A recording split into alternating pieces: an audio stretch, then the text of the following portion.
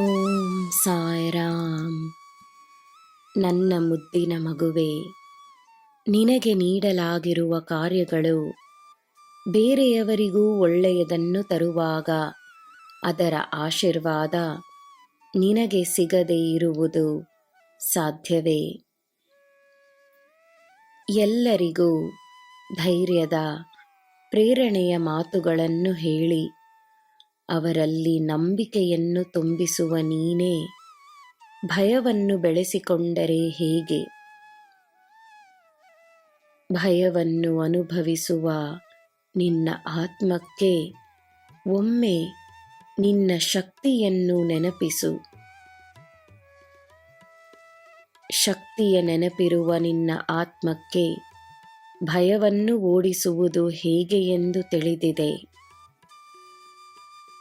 ತನ್ನನ್ನು ನಂಬು, ತನ್ನಲ್ಲಾಗುತ್ತಿರುವ ಪವಾಡಗಳನ್ನು ನಂಬು.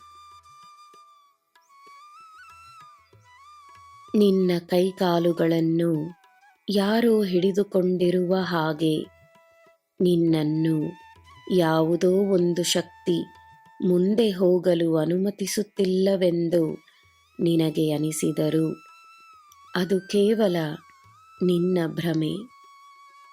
ನಿನ್ನ ನೋವು ನಿನಗೆ ತೋರಿಸುತ್ತಿರುವ ಆಟವಷ್ಟೇ. ಈ ಸಾಯಿಯ ಮಗು ನೀನು. ನೀನು ಸಾಯಿ ಶಕ್ತಿಶಾಲಿ.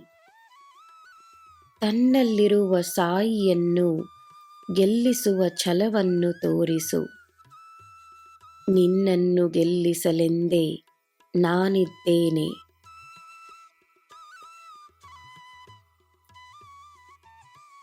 ಚಿಂತೆಗಳನ್ನು ನೀನು ದೂರ ಮಾಡಬೇಕೆಂದು ನಿರ್ಧರಿಸಿದಾಗ ಚಿಂತೆಗಳು ತಮ್ಮ ಶಕ್ತಿಯನ್ನು ನಿನಗೆ ತೋರಿಸುತ್ತವೆ.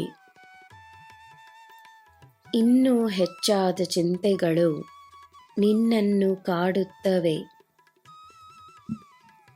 ಅದೊಂದು ಚಿಕ್ಕ ಪರೀಕ್ಷೆ ಎಂದು ತಿಳಿದು ನಿನ್ನ ಗಮನವನ್ನು ಈ ಸಾಯಿಯ ಕಡೆ ತಿರುಗಿಸು.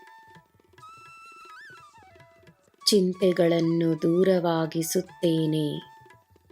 ನಿನಗೆ ನಾನಿದ್ದೇನೆ. ನಿನಗೆ ಎಲ್ಲ ಶುಭವೇ. ಜೈ ಸಾಯಿರಾಮ್.